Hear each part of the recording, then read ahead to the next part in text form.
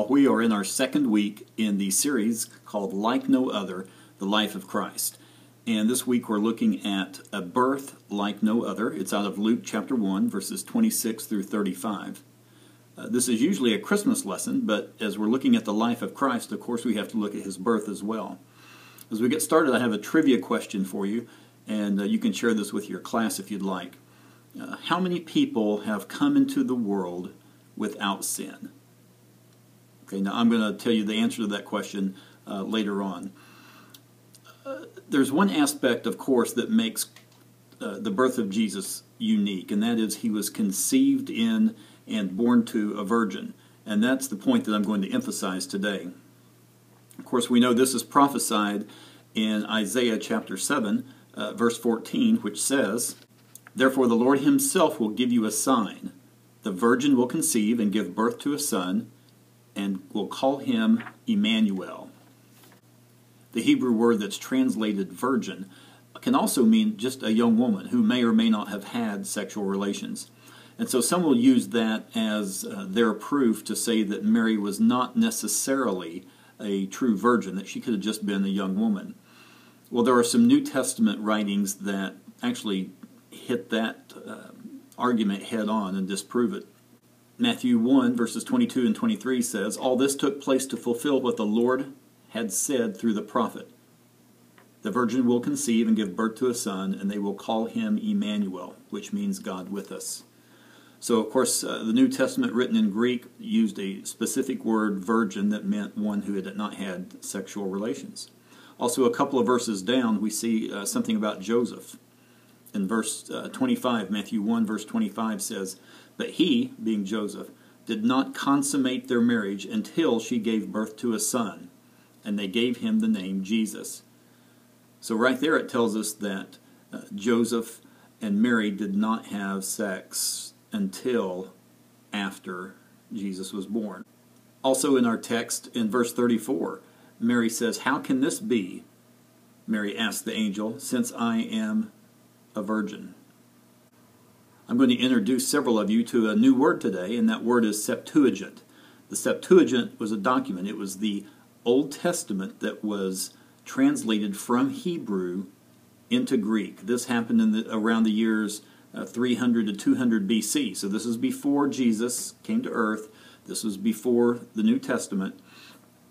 And what these translators did is when they came across Isaiah 7:14, and they came across that word virgin, they knew what that meant, and they translated that not as young woman, but literally as virgin, as we know it today. Our text this Sunday is from the book of Luke, and we know that Luke was a physician. I find it interesting that as both a doctor and a Christian, that Luke had no problem at all in talking about Jesus being born from a virgin. You think if anybody would have exception to that, it would be a doctor. But of course, Dr. Luke did not have any exception with that. Personally, I've never had a problem with the concept of Jesus' conception and birth to a virgin, and I'll tell you why.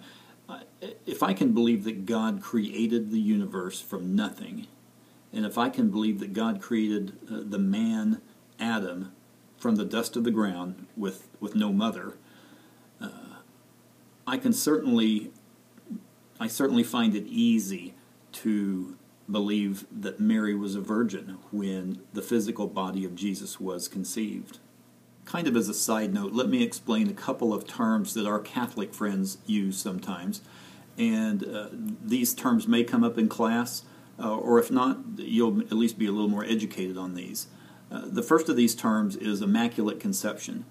And when we hear that, we think of Jesus' conception, how he was conceived in the Virgin Mary. What Catholics actually mean when they say that, they're referring to the conception of Mary in Mary's mother's womb, because they believe that in order for Mary to bear the Son of God, that she had to be sinless as well. So she did not have a human father either. Now, the other term that I want to get across is the perpetual virginity of Mary. Now, this isn't quite as common of a term as the Immaculate Conception. But what our Catholic friends refer to when they use this term is that Mary never had sex. Therefore, she never had any children.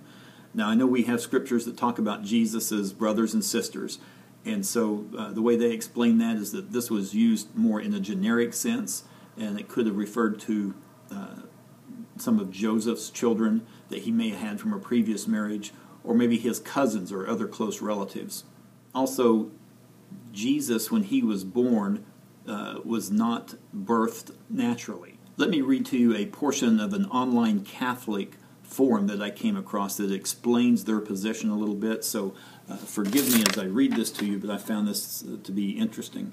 It said, "Our Blessed Mother's perpetual virginity is a dogma of the Catholic Church. Perpetual virgin means ever virgin, and at no time in her life was she anything other than a virgin, even during the birth process when Jesus was born. Some of the early church fathers have described the virgin birth of Jesus as a light passing through a window that does no harm to the window. The light does not scratch the window, shatter it, nor distort it in any way. It was a true miracle birth, and Jesus did pass through Mary's womb.